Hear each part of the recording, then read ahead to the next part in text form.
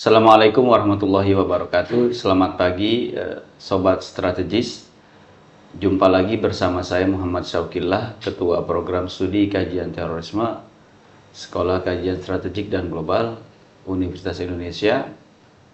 Seperti yang saya sampaikan sebelumnya, di podcast saya bersama Mbah Zarkasi, salah satu Amir Jamaah Islamiyah, ex-Amir Jamaah Islamiyah.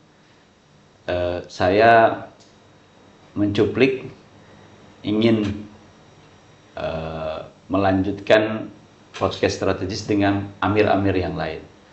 Pada kesempatan hari ini saya akan berbincang bersama tokoh yang sangat fenomenal, karena dari beliaulah rumusan-rumusan, konsep-konsep tentang strategi perjuangan dari Jamaah Islamiyah di masa yang lalu, baik strategi tamkin Jamaah Islamiyah, termasuk salah satu yang berkontribusi untuk strategi Tastos. Lalu kemudian di akhir refleksi beliau ada hal yang menarik. Beliau juga menulurkan sebuah buku yang berjudul Tatorruf, sebuah refleksi yang beliau tulis selama masa pembinaan di lembaga pemasyarakatan. Suatu yang menurut hemat kami sangat bagus untuk dibaca oleh kalangan publik, bukan hanya para pengkaji keamanan, pengkaji terorisme, dan yang lain-lain. Alhamdulillah bersama saya Ustadz Parawijayanto. Terima kasih Ustadz. Assalamualaikum. Waalaikumsalam warahmatullahi wabarakatuh. Ya Ustadz, terima kasih atas waktunya pagi hari ini diganggu oleh saya untuk bisa berdiskusi tentang masih dengan pembubaran Jamaah Islamiyah, Ustadz. Karena sebelum-sebelumnya saya sudah dengan Khairul Anam, Panglima JI. Lalu kemudian Mbah Zarkasi, Amir JI sebelum Ustadz Para. Lalu kemudian hari ini, sebagaimana janji saya di podcast sebelumnya bersama Mbah Zarkasi, ingin berbincang dengan Ustadz Farah. Ada beberapa hal yang saya ingin tanyakan. Jadi ketika kemarin sempat diskusi ini, kalau mudah-mudahan, karena ini keberlanjutan, Ustadz, dari Mbah ke Ustadz Farah. Lalu prosesnya ketika bergeser ke Pak Farah itu gimana dinamikanya, Mbak? Ustadz? Maksudnya proses penggantian Amir? Penggantian Amir ketika itu. Situasi waktu itu seperti apa sih? Gitu. Iya. Bismillah. Jadi pada waktu itu situasinya sangat mencekam karena penangkapan itu sangat masif pasca bom Bali 1 ya. Nah, jadi boleh dikatakan JI pada waktu itu kolaps lah. Kolaps. Ya, jadi Amir paling bertahan 1 tahun udah ditangkap. Nah, artinya situasinya seperti itu. Nah, pada waktu itu saya diundang oleh Pak Zarkasi, ya Ustadz Zarkasi, Amir terpilih pada waktu itu untuk membantu beliau. Nah, saya ditugaskan membuat konsep pada waktu itu karena situasi yang berat seperti itu.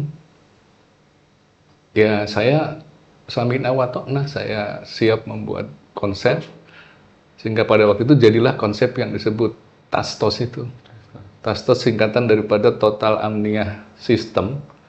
TAS-nya itu Total Amniah System, artinya sistem keamanan total terpadu gitu ya, untuk mempertahankan diri dari penangkapan intinya supaya bisa bertahan hidup atau survival. Makanya kita sebut di masa Mbah Zarkasi ini masa survival. Kalau gagal hidup ya sudah selesai. Ya, Tapi kalau bisa bertahan hidup berarti bisa, habis itu tahap berikutnya revival, bangkit lagi. Nah, kemudian TOS-nya adalah total solution. Total solution maksudnya perubahannya ini total dari konsep sebelumnya. Nah, pada waktu itu saya bilang sama Ustadz Zarkasi yang didampingi para stafnya pada waktu itu, kan saya harus presentasi kan. Jadi tenaga kita ini tinggal sedikit. Ibarat baterai handphone tinggal lowbat, sudah lowbat. Nah, artinya tenaga yang tinggal sedikit ini kalau tidak digunakan secara efektif, kita akan kehilangan momen selamanya, kehilangan peluang selamanya. Kalau usulan saya pada waktu itu, gunakan energi yang tinggal sedikit ini untuk perubahan. Perubahan Al-Jamaah Islamiyah dari segi pertahanan dengan TAS, dari segi sistem pengorganisasian dengan TOS.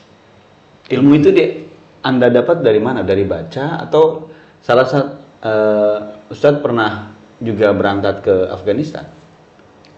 Atau tidak Jadi ilmu itu gabungan ya, gabungan.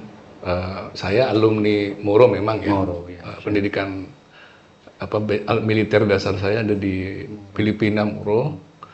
Dan pada waktu sedang total war, MIF melawan pemerintah Filipina, artinya beruntung dapat pengalaman batin, betul-betul ada di situasi perang. Nah, itu nggak setiap angkatan punya rezeki seperti itu, tapi pas angkatan kami pas situasi seperti itu, sehingga saya bisa membayangkan keamanan seperti apa yang dibutuhkan.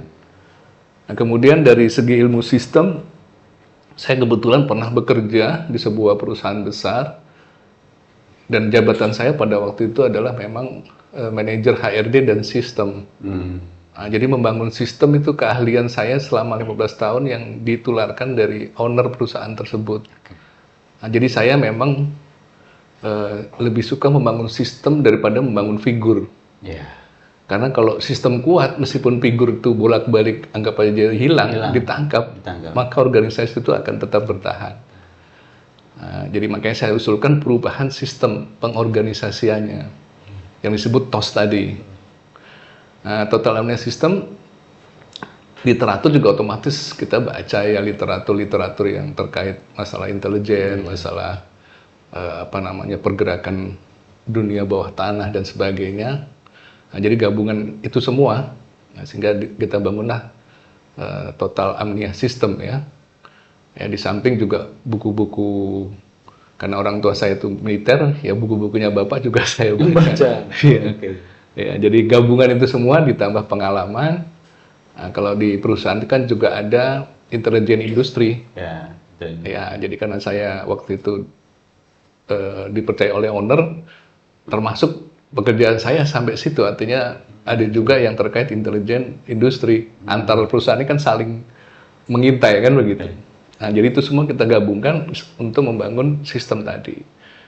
Kalau Total Amnesty System intinya isinya ya teknik-teknik untuk mempertahankan diri. Ya, dari teknik supaya tidak disadap, ya kan, teknik supaya bisa menghilang ketika diikuti, semacam itu. Jadi ada poin-poin penting yang intinya di situ anggota terlatih bisa mencium datangnya aparat.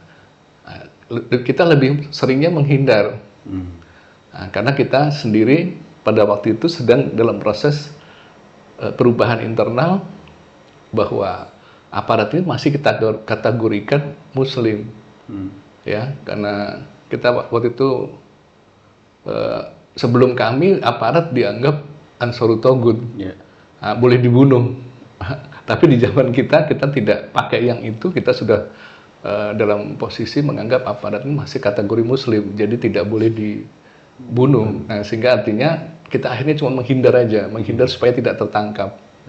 Ya. Singkat cerita itu kan pembuatan tas-tos itu seperti itu Ustadz sampaikan. Singkat cerita Mbah ditangkap. Iya, jadi lalu kemudian Ustadz terpilih, itu prosesnya gimana? Pada waktu itu dengan sistem tas-tos ini kan bisa bertahan ya. Iya. Jadi seminggu sebelum Mbah tertangkap, dari tim Al-Amnu wal Istikhbarat, jadi Al-Amnu keamanan tadi dan intelijen ini memberikan laporan kepada kami bahwa ini sekarang sudah ada yang mengitari Oh, lokasi tempat lokasi. bazar kasih tadi. Kan bahasa bazar kasih kantong. Iya, jadi di situ Buat kantong. kita peringatkanlah Ustadz Syarkasi, pilihannya segera kita evakuasi atau terlambat kan begitu. Pilihannya cuma begitu. Jadi kemampuan deteksi kita pada waktu seperti itu. Tapi beliau waktu itu anaknya mau ujian, sehingga beliau minta penundaan sehari 2 hari. Nah, tapi ya saya jawab waktu itu, saya sih akan mengizinkan, masalahnya mereka, maksudnya aparat, mau nggak terima izinnya ditunda 2 hari. Ternyata nggak mau nunggu ya, akhirnya tertangkaplah beliau. Nah, itu jadi kalau masih teringat seperti itulah. Setelah beliau tertangkap, akhirnya kan kosong, Ya. kosong lagi. Nah, kosong lagi. Nah, waktu itu saya Tertangkap 2000 sekitar 2006, 2007 ya, Iya. ya sekitar itu. 2007 ya. Nah, akhirnya saya berusaha bagaimana ada amir yang baru. Oke. Nah, jadi saya hubungi tokoh-tokoh, salah satu dari yang mewakili pendiri ya Ustadz Abu Rusdan. Terus kemudian ya kita berbincang bagaimana ada amir yang baru. Ya kalau mau mudah sebetulnya kalau beliau bersedia selesai ya, karena kalau pendiri yang jadi amir nggak ada yang menolak kan begitu. Nah, tapi beliau tetap menginginkan musyawarah. Nah, akhirnya waktu itu Setiap pemilihan amir musyawarah. ya harus berdasarkan keputusan musyawarah. Nah, tapi sebelum musyawarah itu beliau menghendaki untuk menawarkan dulu kepada Ustadz Abu Bakar Basir sebagai bentuk hormatnya kepada yang tua ya. Dan beliau memang dituakan di JI. Nah, akhirnya ya kita kirimlah utusan ya. Sehingga saya waktu itu ya utusannya adalah Ustadz Bambang Sukirno dengan beliau sendiri yang berbincang dengan Ustadz Abu. Nah, pasca itu laporan bahwa Ustadz tidak bersedia, Ustadz ABB tidak bersedia. Beliau bersedianya hanya jadi mustasyar, jadi penasehat saja. Nah, kemudian intinya serahkan aja yang lebih muda, yang profesional. Waktu itu saya ingat saya kalimatnya begitu, yang muda, profesional, intinya memang ahli untuk mengelola sebuah organisasi, bukan sekedar karena figuritasnya atau karismatisnya. Karena kadang-kadang nggak menyatu kan antara karismatis sama bisa mengelola, ini dua hal yang bisa bersatu, itu hebat. Kadang-kadang juga berpisah, dua hal gitu, ada di dua orang kan begitu. Nah, kalau jawaban seperti itu, akhirnya kita lanjutkan ke musyawarah itu.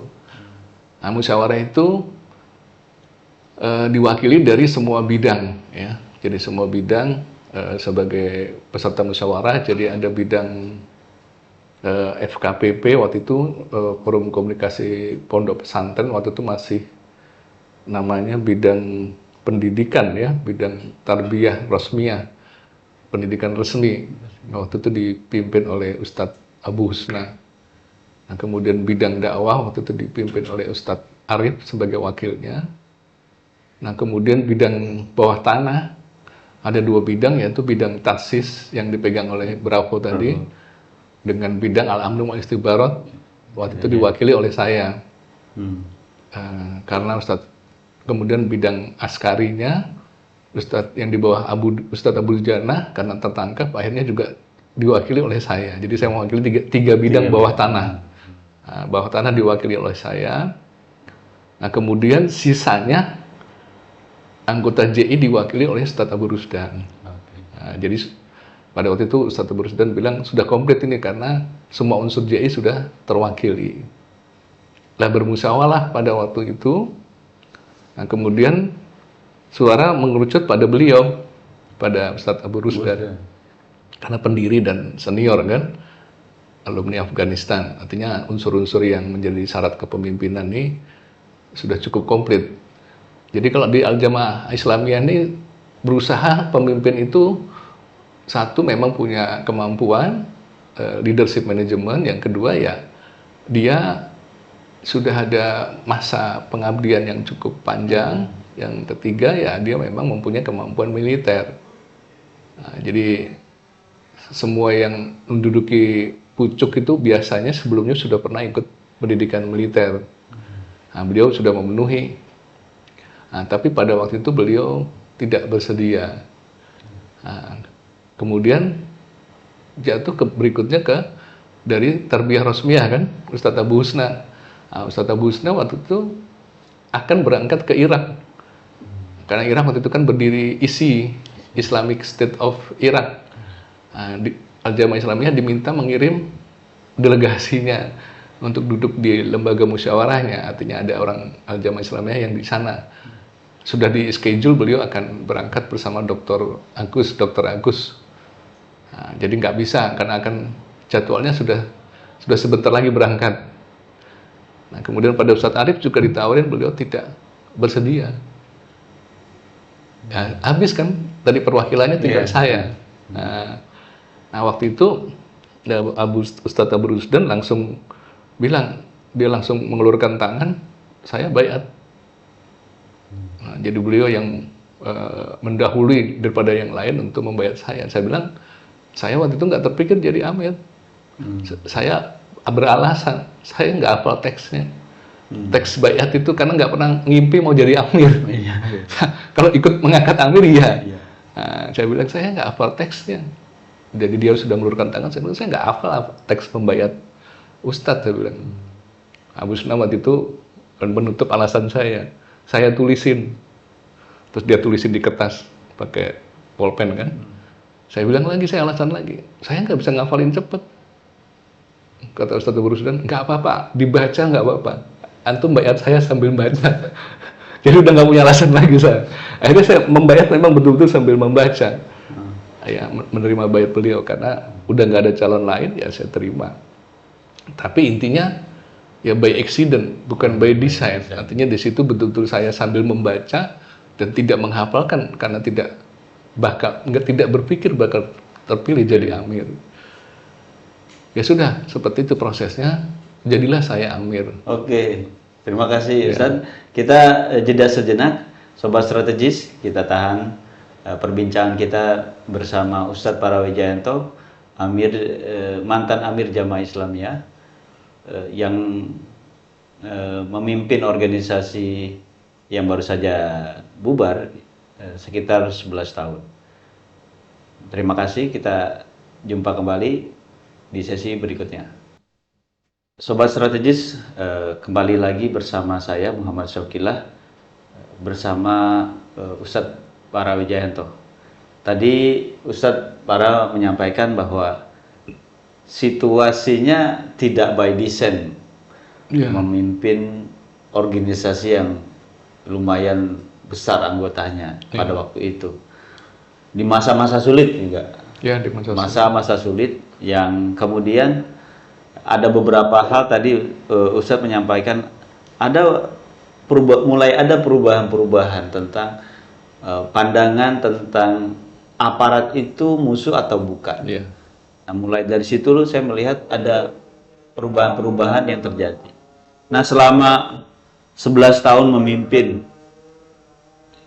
Al-Jamaah Islamiyah ini, bagaimana pengalamannya, Ustadz? Jadi karena menghadapi situasi yang sulit, ya tadi situasinya kan mencekam tadi kan, karena penangkapan itu masif sekali kan, amir itu paling setahun atau 2 tahun 3 tahun sudah ditangkap, sehingga kursi amir panas sekali kan gitu. Ya karena saya didaulat tadi by accident tadi, ya saya diberikan amanah. Dalam hadis disebutkan kalau kita tidak ambisius, Allah akan menolong kan begitu.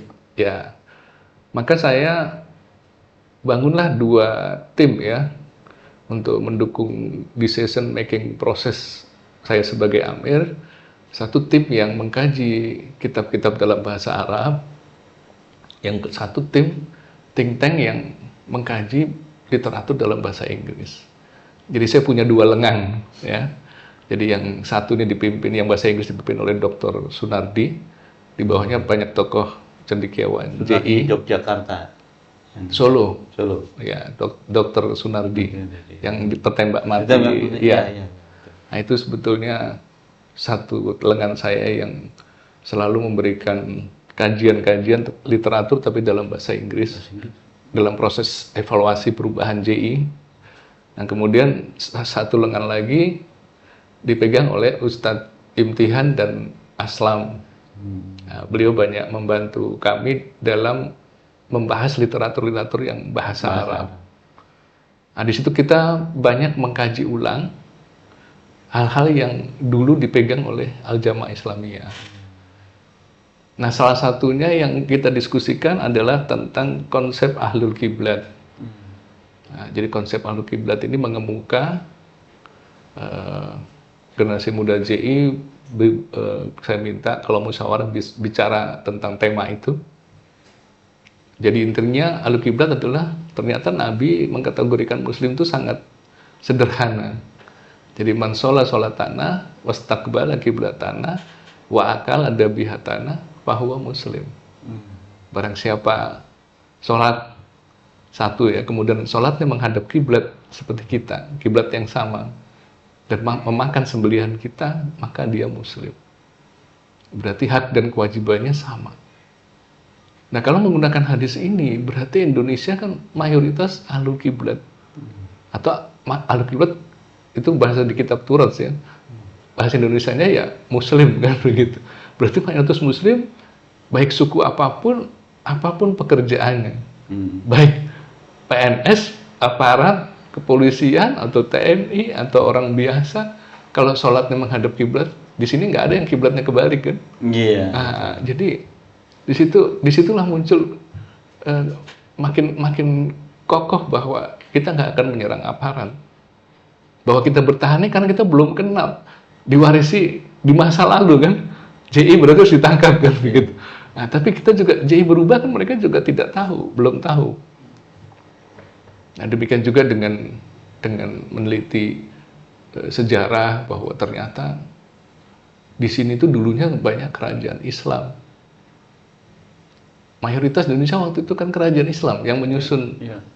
NKRI ini kan sebetulnya banyak kerajaan Islam. Artinya dulu adalah Indonesia ini statusnya Darul Islam. Ya, kita sultan, istilah sultan itu kan bahasa Arab sebetulnya. Sultan. Jadi ternyata seperti Sultan Agung pertama di Jogja, Mataram Islam itu ada SK pengangkatannya sehingga dia menyebut dirinya sultan dari Khalifah Turki Utsmani.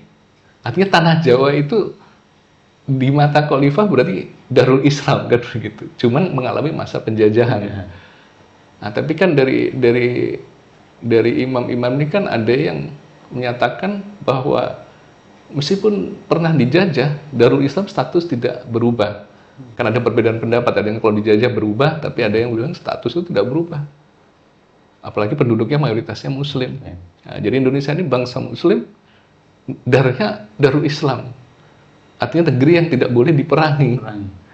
Nah, itu menambah kita 2 poin sudah, ya kan? Nah, kemudian kita mengkaji tentang dua bitut takfir. Nah, jadi waktu itu untuk menyembuhkan, kan pasca bom Bali itu kan kenapa terjadi sampai bom Bali kan waktu itu sedang mengkaji banyak anak muda J ini kitab Al-Jami' fi Thalabil Ilmi Syarif. Tulisannya Dr. Abdul Qadir bin Abdul Aziz, muftinya Al-Qaeda. Itu menimbulkan takfir yang kuat, yang gulu fit takfir, ekstremitas dalam mengkafirkan sesama Muslim. Nah, kita diskusi tentang cari obatnya. Lah, obatnya ada di dua bitut takfir. Oh, ternyata Ahlussunnah wal Jamaah ini ada tata caranya untuk mengkafirkan. Nah, kalau nggak mengikuti tata cara ini nggak bisa. Ya, jadi di situ intinya takfir itu dibagi dua, ada takfir am atau takfir mutlak, ada takfir muayyan. Nah, takfir am ini atau takfir mutlak itu hanya sampai pada perbuatannya, tidak pada pelakunya. Ini tugas dai, memang mufti ya itu tugasnya supaya orang tidak terjeblos pada kekafiran. Dia perlu kasih warning, perbuatan yang seperti ini adalah kafir. Nah, biasanya kalimatnya kalimat menggunakan bahasa umum ya. Seperti menggunakan kata-kata man ini kan barang siapa. Berarti tidak menunjuk hidungnya seseorang. Nah, itu sebagai bentuk peringatan supaya orang tidak jatuh pada kekafiran, tapi belum memvonis. Nah, kalau takfir muayyan itu sudah memvonis individunya. jelas sehingga bisa dieksekusi. Nah, karena hukumannya orang yang sudah murtad dianggap kafir kan berarti hukuman mati atau halal darahnya. Nah, tapi dalam doab itu takfir, dari takfir mutlak menjadi takfir muayyan ini tidak otomatis. Nah, disinilah yang banyak tergelincir yang gulu fit takfir. Jadi banyak sekali kajian-kajian yang dilakukan selama Iya. 11 tahun. Iya, lalu karena saya punya 2 tim yang pinter-pinter tadi kan. itu selama 11 tahun hanya mengkaji doa aja gitu. Iya, maksudnya itu di sela-sela saya mengelola organisasinya, di sela-sela juga ada diskusi-diskusi ilmiah seperti itu di depan saya. Jadi mereka datang mempresentasikan. Nah, saya sendiri juga sama membaca literaturnya kan begitu, sehingga habis itu kan saya simpulkan intinya. Nah, jadi obatnya seperti itu, menemukan obatnya. Oh, obatnya ada di Dawabitut Takfir. Ternyata harus nggak bisa otomatis, nah, tapi harus terpenuhi syarat-syaratnya. Harus tidak ada lagi mawani, faktor-faktor penghalang vonis kafir. Harus tegaknya hujah. Nah, oh, berarti nggak mudah nih dari takfir mutlak menjadi takfir muayyan. Nah, sementara yang biasanya jadi napiter ini dibikin otomatis. Ya, begitu membaca ayat ada kata-katanya pakai man, langsung divoniskan pada orang. Nah, disitulah JI mulai berubah gak menjadi takfiri. Ustadz, selama 11 tahun kan memang ada kajian, lalu ada juga yang ditangkap ya karena kasus terorisme. Ya memang bukan amaliyah, seperti pendanaan terorisme. Ya itu belakangan karena kan pasca keluarnya undang-undang ya yang terbaru. Nah, tadinya kan dari segi pertahanan dengan menggunakan tas itu kan hampir sepi, tidak ada penangkapan itu kan. Mulai ada penangkapan pada waktu Ustadz Bravo itu sudah 2014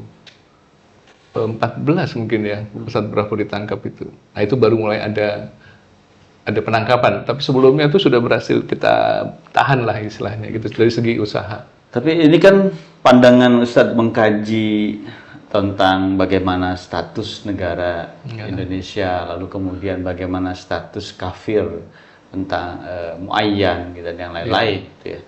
Apakah ini kemudian tersosialisasikan ke level bawah? Iya, jadi kajian-kajian yang Ustadz lakukan. Kesimpulan itu kan kita masukkan di strategi tadi, strategi tamkin, kemudian kita perintahkan untuk disosialisasikan. Nah, waktu itu saya menugaskan salah satu deputi umum, Ustadz Haidar, untuk memimpin proses sosialisasi ke bawah. Nah, makanya kan kalau di sini penyidik mungkin bisa membedakan antara CI dengan pergerakan yang lain dalam hal masalah gulu fit takfirnya. Kadarnya itu pasti sudah beda, ya kan? Misalnya masih ada minim lah, karena mungkin belum sampai ke dia. Ya kan, karena hambatan lokasi dan sebagainya mungkin. Tapi kalau yang mayoritasnya pasti nanti kalau ditanya penyidik atau densus intinya bisa membedakan kadar takfirnya itu jauh berbeda dengan napiter yang lain. Jadi memang kajian sebagai sebuah organisasi lalu mengkaji ada sayap kanan, Ustadz menggunakan sayap yang bahasa kanan kiri Inggris. ya, bahasa Inggris dan bahasa Arab. Lalu kemudian ada diskusi, lalu kemudian masuk hasil diskusi itu disosialisasikan ke anggota. Ya. Menurut itu sangat efektif untuk mencegah teman-teman di level bawah ex-jamaah Islamiyah untuk tidak melakukan aksi. Iya. Jadi makanya 11 tahun tidak ada amaliyat. Ditambah saya bersikap tegas. Nah, jadi misalnya ada mudir itu direktur pondok yang masih tercemar pikiran tadi, Al-Jami yang gulu fit takfir, ya saya keluarkan meskipun dia direktur, karena nanti virusnya akan menyebar. Nah, demikian juga murid yang sudah diterapi dia nggak mau berubah, santri maksudnya, ya saya keluarkan. Ustaz, itu terjadi ya? Terjadi. Di mata 11 tahun itu banyak sekali korban dari bahan strategi. Iya, artinya yang di pondok tahu siapa yang saya keluarkan, murid yang dikeluarkan, guru yang dikeluarkan, sebagai bentuk pertahanan tadi. Karena kalau itu saya lemah di situ, mungkin jadi nggak bisa berubah, karena ya akan di internet pengaruhnya soalnya besar sekali kan, kayak serangan air bah begitu kan. Makanya orangnya kalau kalau dikeluhkan masyarakat dia khutbah Jumatnya terlalu takfir, ya saya keluarkan. Bahkan sampai yang paling susah, salah satu pendiri JI mendukung ISIS, ya saya keluarkan. Ustadz Abu Husna kan mendukung ISIS, ya saya keluarkan. Itu padahal pendiri JI. Ustadz Abu Husna itu salah satu pendiri JI, dari 11 orang pendiri JI. Mungkin terpesona Ustaz. Artinya maksudnya dibantu itu, di samping tadi kajian teoritis, kita sosialisasikan, ditambah dengan tindakan tegas. Artinya di level pimpinan aja ada yang masih seperti itu Ustaz? Ya karena warisan pikiran lama kan. Oke. Gitu. Jadi ya akhirnya kita dari segi perasaan berat, tapi karena profesionalis posisi kita nih, tugas leadership manajemennya, ya kita harus tegasin akhirnya. Baik. Memang tidak mudah Ustaz ya, memimpin organisasi yang cukup besar. Kita break sebentar, Sobat Strategis. Kita akan kembali lagi perbincangan saya bersama mantan Amir Jamaah Islamiyah, Ustaz Parawijanto. Ya, terima kasih Sobat Strategis. Kembali lagi bersama saya Muhammad Syokila. Perbincangan kami bersama Amir Jamaah Islamiyah di eranya Ustaz Parah. Tadi Ustaz menceritakan bagaimana perubahan doktrin itu terjadi. Lalu kemudian dengan adanya dinamika internal juga ternyata. Dinamika internal yang terjadi di dan memang tidak mudah itu. Saya memandang orang luar yang memandang gitu ya. Organisasi sebesar Al-Jamaah Islamiyah merubah doktrin yang tadinya memandang negara Indonesia dan yang lain-lain yang kita diskusikan tadi, kemudian berubah secara pelan-pelan bertransformasi, dan pemimpin seperti Ustadz itu berusaha untuk punya daya tekan yang kuat kepada para anggota dan pengurus dan yang lain-lain. Apakah waktu itu Ustadz sempat ditolak gitu, atau ya udah karena udah sam'an wa ta'atan dari para pengurus dan anggota, ya udah kita terima aja perubahan ini gitu? Ya, namanya perubahan pasti kan ada yang resistensi, itu pasti, nggak bisa dizerokan ya. Nah, jadi waktu intinya adalah resistensi itu ada, tapi kan kita coba terus berdialog lah dengan yang masih menghendaki seperti JI yang dulu lah, intinya begitu. Nah, ditambah dengan tadi ya kita tekan dan kita, jadi zaman dulu nggak ada orang JI dikeluarkan, baru di zaman saya. Oh gitu ya. Jadi dulu seperti anggota JI ini kebal hukum, ibaratnya nggak ada anggota JI dikeluarkan. Tapi memang saya memulai supaya tadi terjadi perubahan. Karena virus itu, saya bahasakan dengan virus ya, seperti takfir itu seperti virus kan, begitu mengenai itu menyebarnya cepat ya. Karena kan memang enak kan mengkafirkan itu kan dari segi hawa nafsu kan, lebih puas daripada yang seperti harus menahan diri, nggak boleh menyerang dan sebagainya, kan kayak nggak hebat jadinya kan begitu. Iya nggak dari segi itu. Jadi ada kalau resistensi itu ada. Sekarang kita masuk kepada pembubaran. Ya. Artinya itu titik ujung dari refleksi Ustadz. Walaupun Ustadz juga ada ditangkap 2019. Lalu kemudian ada refleksi-refleksi. Bisa cerita soal awal-awal yang mematik, udahlah kita bubarkan saja gitu. Apa kira-kira Ustadz? Jadi puncak perubahan, jadi masalah gulu takfir, imunitas internal sudah selesai. Ya kan? Nah, tapi masih ada cita-cita yang masih kita pertahankan. Waktu itu masalah Hikumatud Daulah Islamiyah. Nah, karena di Indonesia tadi dari hasil kajian nggak mungkin kita dirikan di sini, kita alihkan ke wilayah Syam. Jadi penelitian kita terakhir dari diskusi tadi tim bahasa Arab dan tim bahasa Inggris, muncullah kajian namanya teori dua lengan. Nah, jadi nanti Daulah Islamiyah itu akan munculnya di wilayah Syam peta lama. Intinya begitu, baik dari kajian bahasa Arab maupun bahasa Inggrisnya. Nah, Nabi menyarankan memperhatikan Syam, kalau tidak Syam ya Yaman. Tapi kalau tidak bisa sekaligus dua-duanya, utamakan di Syam. Nah, Syam ini kan berarti kan mulai dari Palestina, Ya. Yordan sampai Suriah. Lebanon. Nah, jadi cita-cita itu masih belum selesai. Di kita masih idealis, pengen punya daulah Islamiyah. Nah, maka kita alihkan ke wilayah Sam tadi. Masuk Palestina susah. Nah, kita hanya bisa bikin bank darah itu. Al-Jamaah Islamiyah akan ikut di sana, akan menyumbang. Kemudian terjadilah Arab Spring, kemudian terjadilah konflik Suriah. Nah, disitulah strategi yang kita bangun ini masuk, dapat celah. Tadinya bingung juga selesai bikin strategi, tapi nerapkannya nih nggak ada tempat. Nah, tapi dapat celah ketika terjadi konflik Suriah. Nah, disitulah kita belajar tentang daulah Islamiyah itu seperti apa. Nggak ada perbincangan soal Moro, nggak ada waktu itu. Moro kan sudah selesai. Moro kan sudah perjanjian damai dengan pemerintah. Nah, jadi kita udah selesai. Nggak bisa. Nah, sekarang kita masih eksperimen sekali lagi di Suriah ini. Nah, saya kirim pasukan di ISIS. Jadi ada juga karena sudah bersahabat dari ISI, kan tinggal nambahin satu S menjadi ISIS.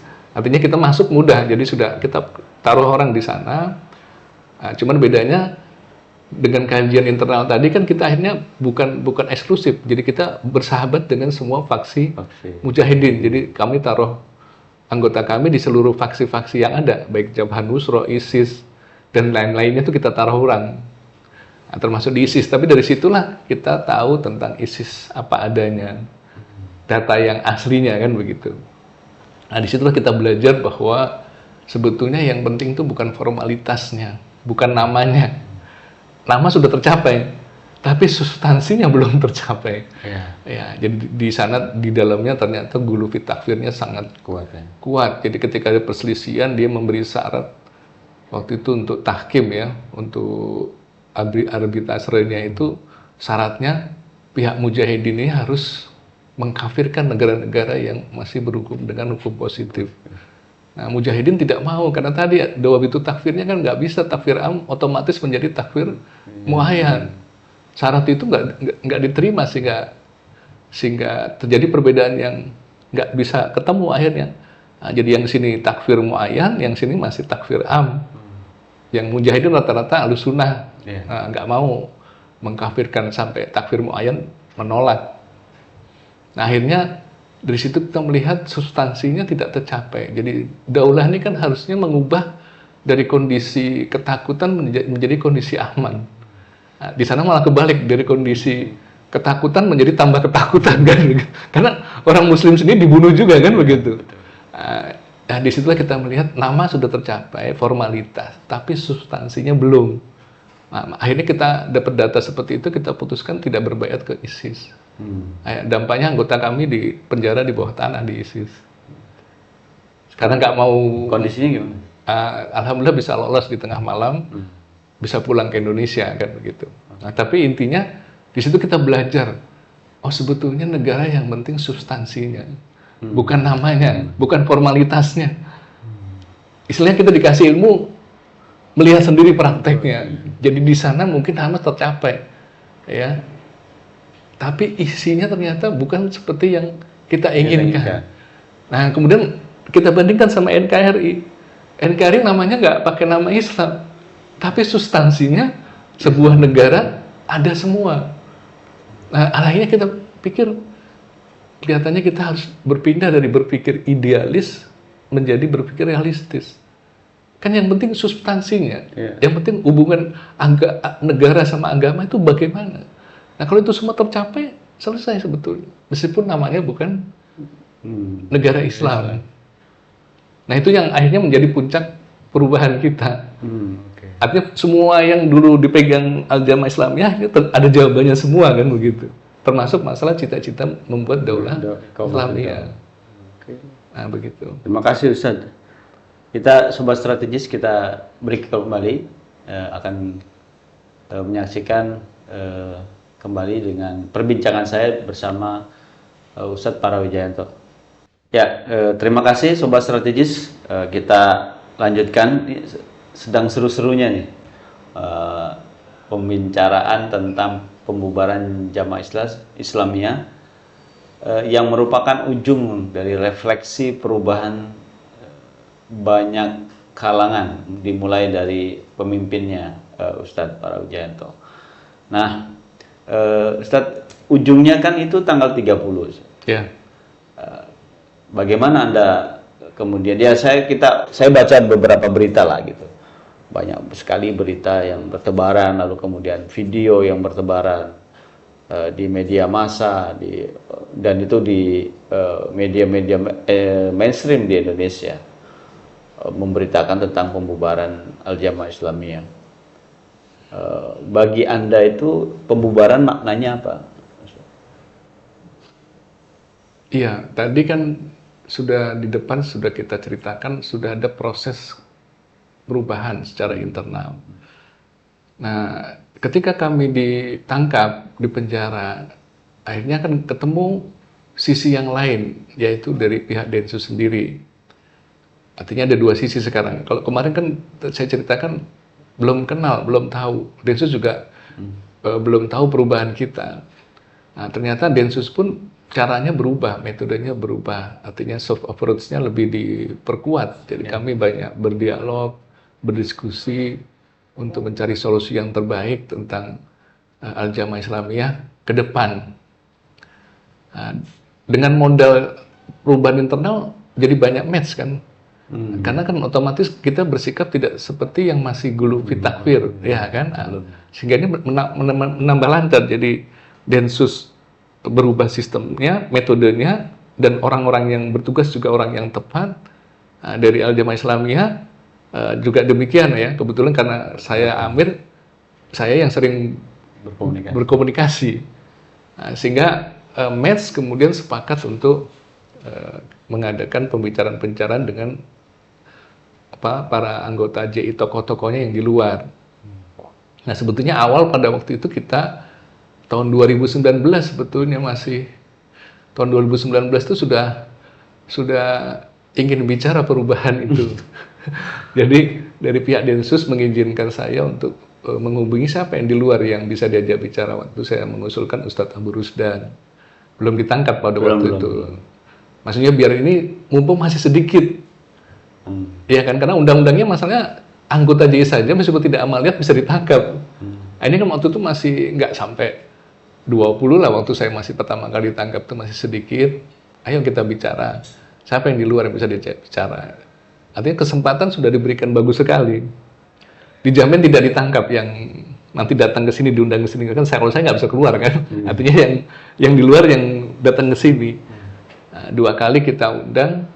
November 2019 kalau nggak salah itu beliau tidak datang sehingga otomatis mandek kan, macet. Berarti kalau cuma di dalam yang ingin bicara, di luar nggak ada, ini kan nggak bisa. Nggak yang bersambut. Kan harus ada yang di luar kan begitu. Iya. Nah, terus akhirnya terjadi penangkatan sampai hampir 600 kan dalam 5 tahun. 5 tahun tertunda itu keinginan berubah tadi. Karena bayangan saya berubah nggak bisa saya sendirian. Nggak kuat, harus kekuatan musyawarah. Bersama tokoh-tokoh yang lain baru bulat suaranya, baru itu bisa berubah gitu. Nah, baru dapat peluang 2024 itu.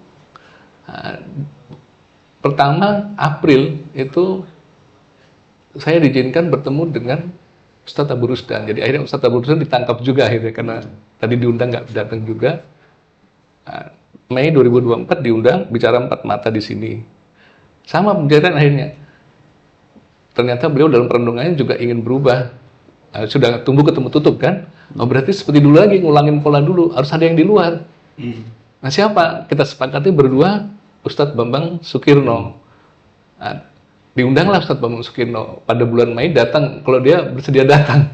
Sehingga terjadi pembicaraan saya, Ustadz Abu Rusdan dengan Ustadz Bambang Sukirno. Nah, ditambah dengan waktu itu harus ada level middle manajemennya. Diputuskan berapa? Karena kaitannya nanti dengan masalah Tandim Siri sama Tandim Askari. Nah, beliau yang pegang, nanti harus, karena solusinya masih sampai ke situ. Nah, sehingga sorenya ditambah dengan pembicaraan kami berempat, tadinya bertiga, jadi tadinya berdua, terus bertiga, terus terakhir berempat. Nah, itu bulan Mei. Nah, kemudian dilanjutkan bulan Juni itu. Nah, Juni itu musyawarah 42 pondok pesantren terafiliasi JI seluruh Indonesia, ditambah tokoh-tokoh senior JI, ditambah 2 mantan amir dan 1 perwakilan pendiri. Nah, itu mahal. Selama saya jadi amir saja belum bisa mengumpulkan terbuka kayak gitu. Makanya saya bilang ini nggak bisa mundur lagi. Hari ini harus kita selesaikan masalah JI. Nah, waktu itu kita presentasi tentang kenapa harus dibubarkan ya. Saya waktu itu presentasi dengan PowerPoint. Nah, akhirnya alhamdulillah di situ disepakati.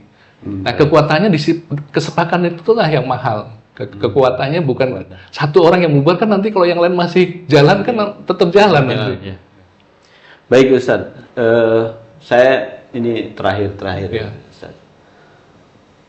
Anda orang yang disebut Mbah Zarkasi, dan saya juga dari perbincangan kita sejak awal tadi itu melihat bahwasanya Ustadz ini perannya banyak dalam sisi konsep, karena banyak terlibat di bidang keamanan, lalu kemudian bagaimana membangun sistem, lalu kemudian juga dihadapkan oleh situasi memimpin organisasi dalam situasi yang sangat sulit. Anda menelurkan buku, merumuskan buku Tastos, konsep Tastos, lalu membuka lembaran yang sangat panjang terkait dengan strategi. Lalu di akhir kemarin ketika di satu acara saya dapat buku, Ustaz, cukup tebal, judulnya At-Tatarruf, Ustaz. Saya melihat kok buku ini seperti ingin menegasikan pikiran-pikiran, konsep-konsep yang dulu diimplementasikan gitu. Sangat tebal sekali gitu. Saya belum sempat baca seluruhnya. Saya coba lihat daftar isi yang cukup menarik gitu ya menurut saya. Bagaimana perubahan strateginya, perubahan pandangan, misalnya memandang ini wilayah jihad, ini Darul Islam atau bukan, dan yang lain-lain. Itu di bagian akhir Anda tulis. Apakah benar dugaan saya seperti itu, Ustaz? Iya. Jadi kita ini kan bersyukur kepada Allah Subhanahu wa taala kan mengalami punya dua anugerah. Satu tadi dengan adanya tim bahasa Inggris dan bahasa Arab. Jadi secara teoritis kita dukung perubahan. Yang kedua, kita punya pengalaman empiris kan, menjalani sekian puluh tahun di dunia bawah tanah, betul-betul merasakan sebetulnya penyakitnya itu di mana. Ya kan, ini kan penyakitnya masalahnya di dalam benak ya, bukan nggak bisa dilihat. Nah, kemudian ditambah ini juga bagian daripada rencana Allah, saya pikir kita dengan ditangkap ini kan diizinkan melihat aslinya akibat. Para napiter yang bersama kita nih ratusan orang kan jadi sampling saya. Oh ternyata akibat pemikiran kayak gini tuh hasilnya ini. Inikah yang bisa, waktu itu intinya ini kalau dikasih negara gratis saja, negaranya nggak jalan. Cuman slogannya aja bagus gitu, tapi nggak kuat untuk memegang negara betulan karena sikap ekstrimnya. Nah, jadi betul-betul melihat dengan mata kan. Nah, sementara Nabi bilang kan laisa al-muhbar kal mu'ayyin. Melihat langsung sama cuma diceritakan itu kan beda. Nah, saya melihat langsung akibat dari banyak pergerakan, bukan cuma Al-Jamaah Islamiyah, kan ada JAD, ada NII, ada FPI, ada Mujahidin Indonesia Timur, ada Mujahidin Indonesia Barat, kan semua bertemu, ya kan? Nah, sehingga di situ menjadi sampling laboratorium yang melengkapi semua sebelumnya. Nah, kesimpulan saya, ini ada problem findingnya, ini ada penyebab. Nah, kan di buku itu kan saya tulis bentuk penyakitnya apa aja, sampai hampir 50 poin. Nah, penyakitnya itu ternyata penyebabnya dua fitnah. Satu fitnah subhat, yang kedua fitnah syahwat. Subhat itu maksudnya dia samar karena ilmunya kurang, akhirnya pemahamannya ekstrim. Sehingga melakukan tindakan-tindakan yang nggak masuk akal. tidak ada dasar syar'inya karena memang ilmunya kurang. Nah, syubhat dikasih obatnya, syubhat kan dikasih ilmu supaya jadi nggak syubhat lagi, nggak samar lagi. Kalau dia bertahan berarti syahwatnya yang main. Nah, jadi kenapa kadang-kadang orang nggak berubah? Padahal sebetulnya sudah dikasih ilmunya, dia masih gengsi karena takut dibilang nggak istiqomah. Misalnya itu kan dia pikir kalau bertahan dengan pikiran lamanya itu istiqomah. Padahal istiqomah sebetulnya kan berpegang pada kebenarannya, bukan berpegang pada pikiran lamanya. Kalau berpegang pada pikiran lama yang keliru namanya terjebak, bukan istiqomah. Nah, itu yang kita masukkan di dalam buku itu buat pelajaran, barangkali berguna, bermanfaat, baik yang belum terlanjur maupun yang terlanjur supaya nggak masuk lagi. Kan ada penyakit, kemudian ada problem analyzing-nya, penyebabnya, nah kemudian terakhir problem solving-nya. Nah, jadi di situ jalan keluarnya misalnya tentang gulu fitakfir, di situ kita bahas semua masalah obatnya, di situ obatnya untuk menyembuhkan gulu fitakfir tadi. Nah, demikian juga keinginan untuk menegakkan daulah Islamiyah, idealis ya maksudnya, formalitas. Nah, itu kita kasih, di situ kita bahas kan tentang negara. Nah, di situ kita banyak memang menggunakan kitab-kitabnya Ibnu Taimiyah rahimahullah, karena biasanya idolanya kan memang Ibnu Taimiyah. Jadi kita menggunakan resep yang sama. Untuk itu. Jadi aslinya sebetulnya Ibnu Taimiyah tidak ngajarin seperti itu intinya. Baik. Nah, tapi dengan bukti kitab-kitabnya kita nukilkan. Jadi intinya itu problem dan solusinya barangkali berguna untuk siapa saja yang membutuhkan. Iya kan, seperti itu. Mudah-mudahan suatu saat Sobat Strategis bisa baca buku yang Ustadz Parawijayanto tulis. Saya punya di rumah, saya koleksi. Mudah-mudahan nanti suatu ketika ada versi yang lebih dalam bentuk buku, Ustadz, dan mudah diakses oleh publik, bukan hanya untuk masyarakat pencinta kajian keamanan gitu ya, akan tetapi publik secara lebih luas. Sobat Strategis, kita sudah ada di ujung acara nih, Ustadz Para. Saya mungkin ingin meminta closing statement atau anjuran-anjuran kepada masyarakat, Ustadz, silakan. Iya, iya. Jadi masalah atau toruh itu intinya ada 4, ini yang harus diperhatikan mungkin para orang tua yang anaknya mulai menjadi remaja, pemuda, biasanya senang dengan yang hero-hero, yang perlawanan. Tatoruf ini bisa bentuknya gulu, berpikir yang melampaui batas, berlebih-lebihan, kemudian dilanjutkan dengan keberanian melakukan tindakan al-irhab atau terorisme, kemudian juga tindakan radikalisme, keinginan untuk merubah sistem pemerintahan yang sudah berlaku dengan seperti yang dia inginkan. Nah, kadang-kadang kelebihan sampai melakukan al-unfu atau al-anfu, yaitu kekerasan yang tidak dibenarkan secara syar'i. Nah, ini penyakitnya ada dalam pemikiran, ya tadi fitnah subhat, karena masih samar terhadap ilmu Islam, ya masih belum utuh memahaminya, masih sangat tekstual, ya tidak melihat kontekstualnya. Ini perlu diperhatikan ya untuk putra-putri kita supaya tidak tercemar ini. Nah, ini harus mengetahui obatnya.